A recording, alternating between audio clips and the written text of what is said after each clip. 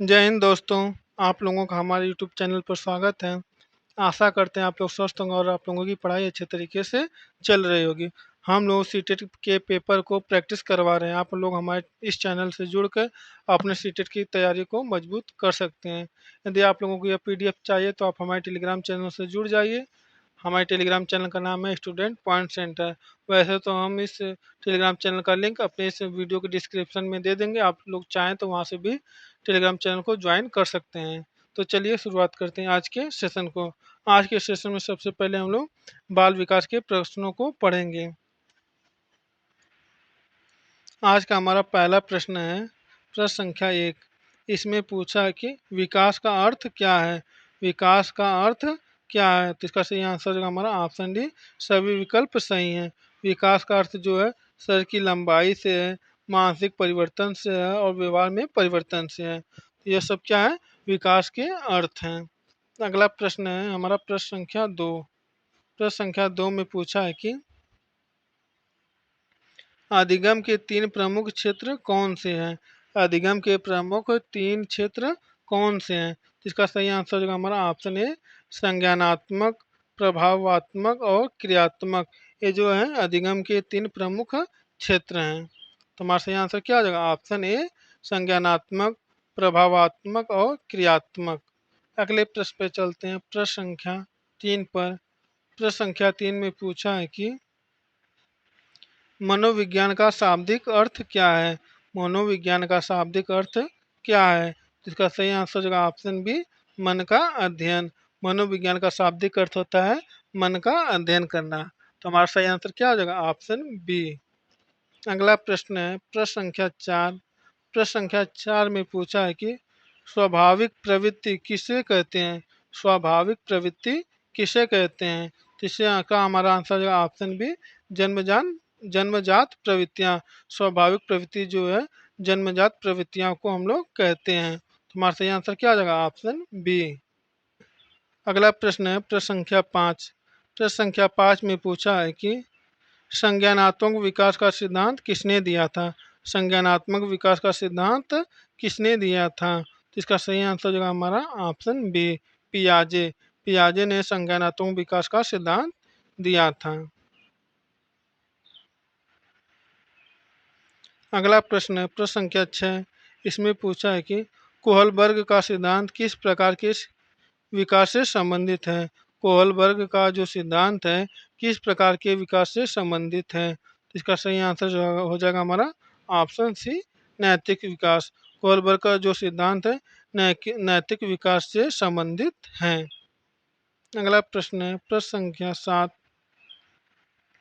प्रश्न संख्या 7 में पूछा है कि बंधनात्मक अधिगम का सिद्धांत किसने दिया है। बंधनात्मक अधिगम का सिद्धांत किसने दिया है। तो इसका सही आंसर हो जाएगा हमारा थॉर्नडाइक ने। थॉर्नडाइक ने बंधनात्मक अधिगम का सिद्धांत दिया है। तो हमारा सही आंसर क्या हो जाएगा, ऑप्शन ए थॉर्नडाइक। अगला प्रश्न है प्रश्न संख्या 8। प्रश्न संख्या 8 में पूछा कि अधिगम का अर्थ क्या है। अधिगम का अर्थ क्या है। तो हमारा इसका सही आंसर हो जाएगा ऑप्शन सी व्यवहार में परिवर्तन करना। अधिगम का अर्थ होता है कि व्यवहार में परिवर्तन करना। अगला प्रश्न है प्रश्न संख्या 9। प्रश्न संख्या 9 में पूछा है कि जोन ऑफ प्रॉक्सिमल डेवलपमेंट का सिद्धांत किसका है।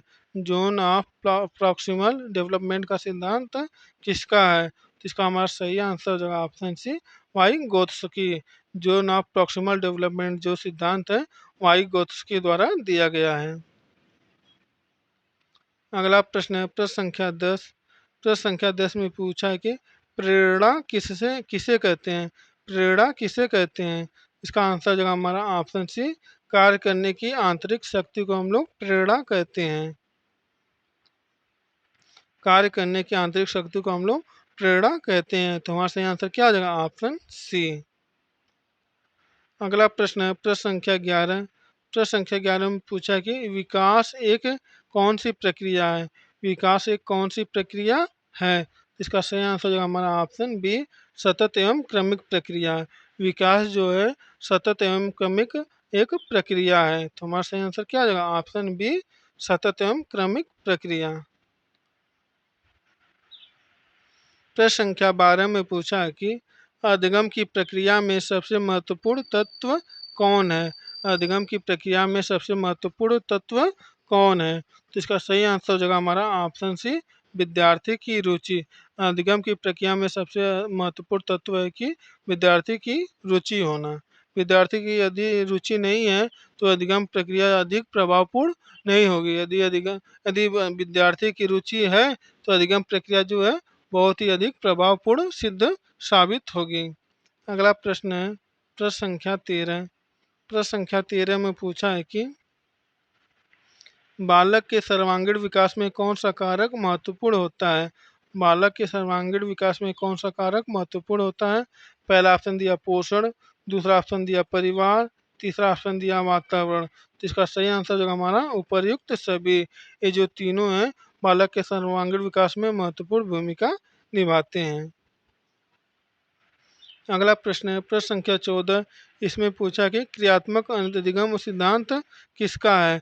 क्रियात्मक अधिगम सिद्धांत किसका है। इसका सही आंसर होगा हमारा ऑप्शन ए, स्किनर। क्रियात्मक अधिगम का सिद्धांत स्किनर महोदय ने दिया है।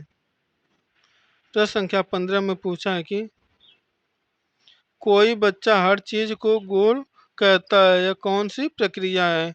कोई बच्चा हर चीज को गोल कहता है, यह कौन सी प्रक्रिया है। तो इसका सही आंसर जो ऑप्शन बी, आत्मसात की प्रक्रिया है। तो हमारा सही आंसर क्या होगा ऑप्शन बी, आत्मसात। अगला प्रश्न है प्रश्न संख्या 16। प्रश्न संख्या 16 में पूछा कि रचनात्मकता का संबंध किससे है। रचनात्मकता का संबंध किससे है। पहला ऑप्शन दिया बुद्धि से, ऑप्शन बी दिया है कल्पना शक्ति से, ऑप्शन सी दिया है समस्या समाधान से। तो इसका सही आंसर जगह उपर्युक्त सभी से। रचनात्मकता जो है उपर्युक्त सभी से संबंधित है। अगला प्रश्न है प्रश्न संख्या 17। प्रश्न संख्या 17 में पूछा है कि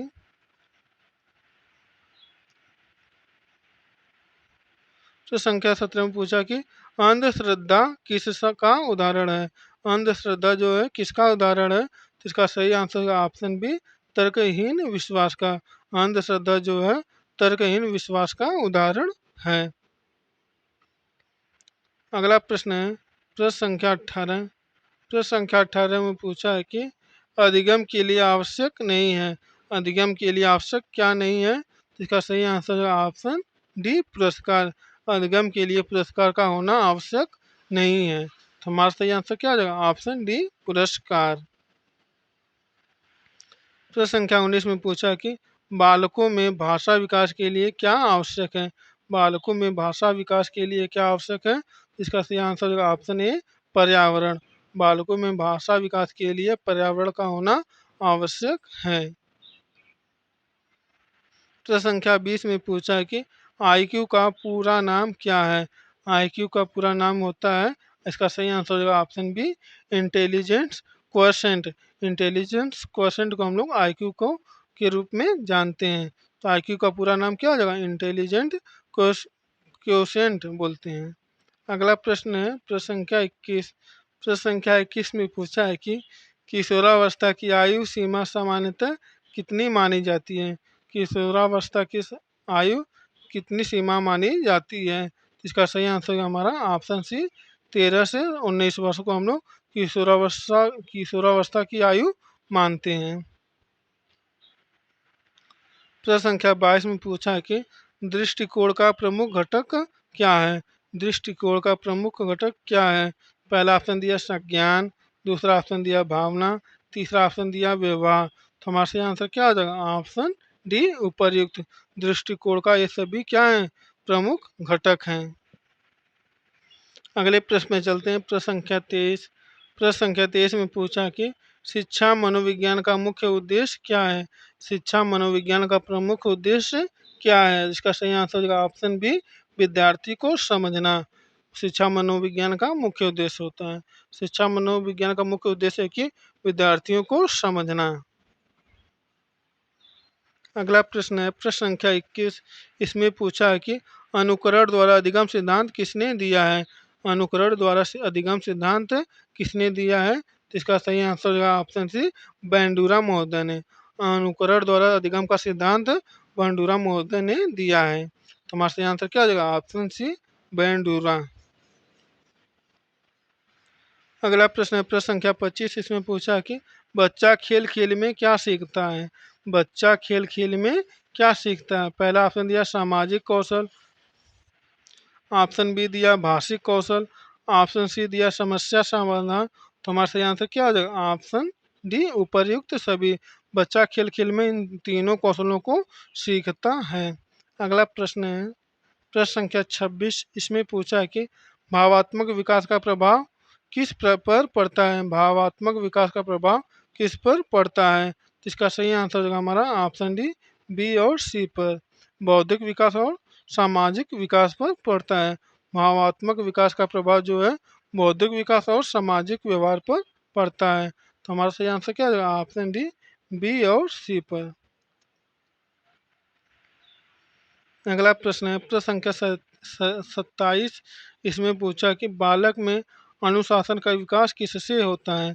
बालक में अनुशासन का विकास किससे होता है? तो इसका सही आंसर हो जाएगा हमारा ऑप्शन बी, स्वतंत्रता से। बालक में अनुशासन का विकास जो है स्वतंत्रता से होता है। प्रश्न संख्या 28 में पूछा कि आत्म संप्रत्यय किससे बनता है? आत्म संप्रत्यय जिसे बोलते हैं सेल्फ कॉन्सेप्ट, किससे बनता है? इसका सही आंसर हो जाएगा हमारा ऑप्शन सी, अपने अनुभव से। आत्म संप्रत्यय जो है सेल्फ कॉन्सेप्ट जो है अपने अनुभव से बनता है। अगला प्रश्न है प्रश्न संख्या 29। प्रश्न संख्या 29 में पूछा है कि बच्चे के व्यक्तिगत भिन्नता के क्या कारण हैं? बच्चे के व्यक्तिगत भिन्नता के कारण क्या क्या है? पहला ऑप्शन दिया वंशानुक्रम, ऑप्शन बी दिया वातावरण, ऑप्शन सी दिया पोषण। तो हमारा सही आंसर क्या जा हो जाएगा? उपर्युक्त सभी। जो उपर्युक्त सभी जो हैं बच्चे के विभिन्नता के कारण हो सकते हैं। अगला प्रश्न है प्रश्न संख्या 30। प्रश्न संख्या 30 में पूछा है कि कौन सा एक समावेशी शिक्षा का लाभ नहीं है? कौन सा एक समावेशी शिक्षा का लाभ नहीं है? इसका सही आंसर जो है ऑप्शन सी, भेदभाव। भेदभाव जो है समावेशी शिक्षा का लाभ नहीं है। प्रश्न संख्या 31 में पूछा है कि बालक का पहला विद्यालय कौन होता है? बालक का पहला विद्यालय कौन होता है? तो इसका सही आंसर हो जाएगा ऑप्शन ए, परिवार। बालक का पहला विद्यालय परिवार होता है। तो हमारा सही आंसर क्या हो जाएगा? ऑप्शन ए, परिवार। प्रश्न संख्या 32 में पूछा कि कौन सा कथन सही है?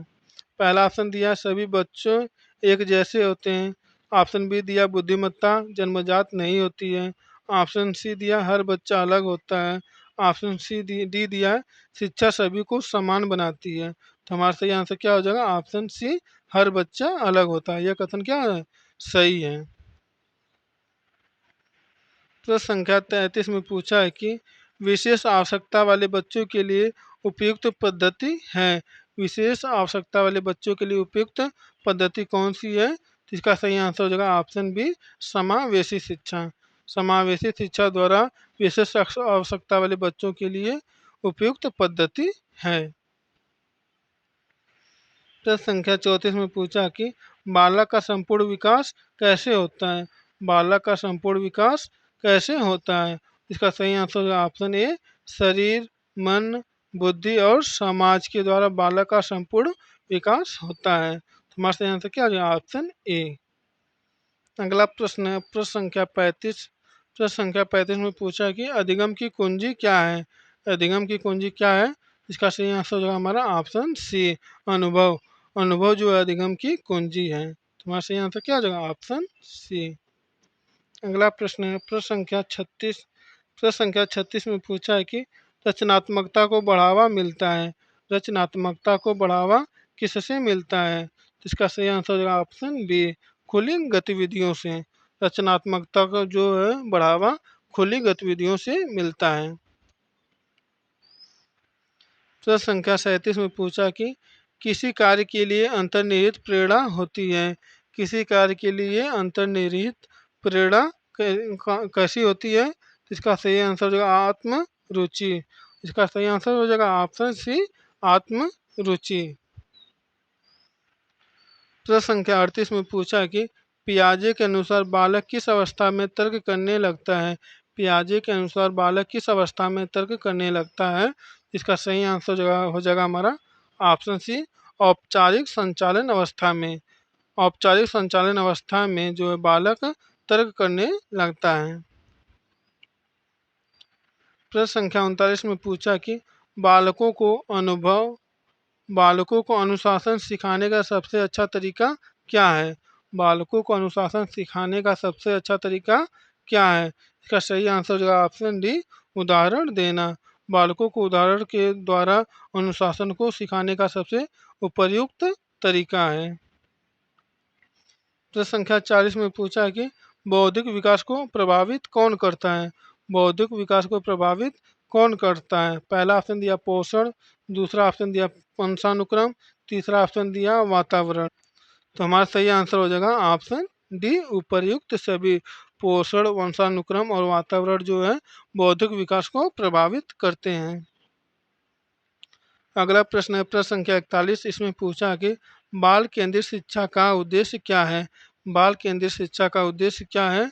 इसका सही आंसर हो जाएगा ऑप्शन सी, बालक की रुचि के अनुसार शिक्षा देना।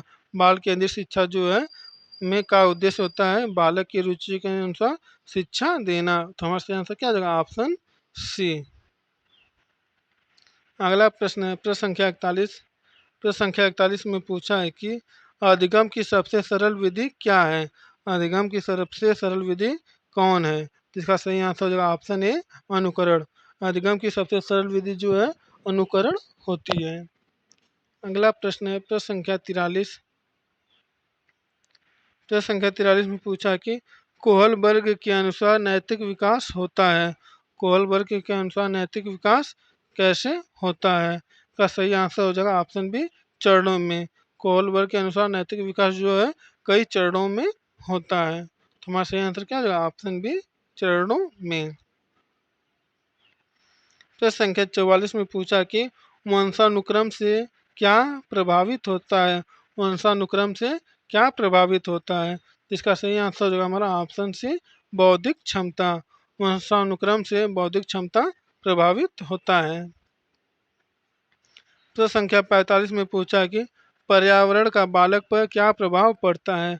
पर्यावरण का बालक पर क्या प्रभाव पड़ता है? पहला ऑप्शन दिया प्रारंभिक अवस्था में, ऑप्शन बी दिया किशोरावस्था में, ऑप्शन डी सी दिया है केवल विद्यालय में। तो इसका सही आंसर होगा ऑप्शन डी, जीवन भर में। पर्यावरण का जो बालक पर जीवन भर प्रभाव पड़ता है। प्रश्न संख्या 46 में पूछा कि बहुबुद्धि सिद्धांत किसका है? बहुविधि सिद्धांत किसका है? इसका आंसर जो ऑप्शन ए, हावर्ड गार्डनर। बहुविधि का सिद्धांत जो है हावर्ड गार्डनर महोदय ने दिया है। प्रश्न संख्या 47 में पूछा कि सृजनात्मक बालक की पहचान होती है। सृजनात्मक बालक की पहचान कैसे होती है? इसका आंसर का ऑप्शन बी, नवीन विचार देने वाला। सृजनात्मक बालक जो है नवीन विचार प्रस्तुत करता है। तो हमारे आंसर क्या आ जाएगा ऑप्शन बी, नवीन विचार देने वाला। अगला प्रश्न है प्रश्न संख्या 48। इसमें पूछा है कि शिक्षक को छात्रों के साथ कैसा व्यवहार करना चाहिए? शिक्षक को छात्रों के साथ कैसा व्यवहार करना चाहिए? इसका सही आंसर जो हमारा ऑप्शन डी, सहायक और प्रोत्साहन देने वाला। शिक्षक को छात्रों के साथ सहायक एवं प्रोत्साहन देने वाला व्यवहार करना चाहिए। तो हमारा सही आंसर क्या हो जाएगा ऑप्शन डी, सहायक और प्रोत्साहन देने वाला। प्रश्न संख्या 49 में पूछा है कि खेल आधारित अधिगम किस आयु वर्ग के लिए उपयुक्त है? खेल आधारित अधिगम किस आयु वर्ग के लिए उपयुक्त है? तो इसका सही आंसर जो हमारा ऑप्शन है, प्राथमिक स्तर पर। खेल आधारित अधिगम जो है प्राथमिक स्तर आयु वर्ग के लिए उपयुक्त है। आज का अंतिम प्रश्न है प्रश्न संख्या 50। प्रश्न संख्या 50 में पूछा है कि शैक्षिक मूल्यांकन का मुख्य उद्देश्य क्या है? शैक्षिक मूल्यांकन का मुख्य उद्देश्य क्या है? तो इसका सही आंसर हो जाएगा हमारा ऑप्शन सी, अधिगम में सुधार करना। शैक्षिक मूल्यांकन का मुख्य उद्देश्य होता है कि अधिगम में सुधार करना। तो दोस्तों आज के लिए इतना ही। बाकी की वीडियो पढ़ने के लिए आप हमारे चैनल से जुड़ जाइए। हमारे चैनल का नाम है स्टूडेंट पॉइंट सेंटर। यदि आप लोगों को यह PDF चाहिए तो आप हमारे टेलीग्राम चैनल से जुड़ जाइए। टेलीग्राम चैनल का नाम है स्टूडेंट पॉइंट सेंटर। वैसे तो हम टेलीग्राम चैनल का लिंक इस वीडियो के डिस्क्रिप्शन में दे देंगे, आप चाहें तो वहाँ से टेलीग्राम चैनल को ज्वाइन कर सकते हैं और पीडीएफ को प्राप्त करके अपने तैयारी को मजबूत बना सकते हैं। तो दोस्तों आज के लिए बस इतना ही। जय हिंद, जय भारत।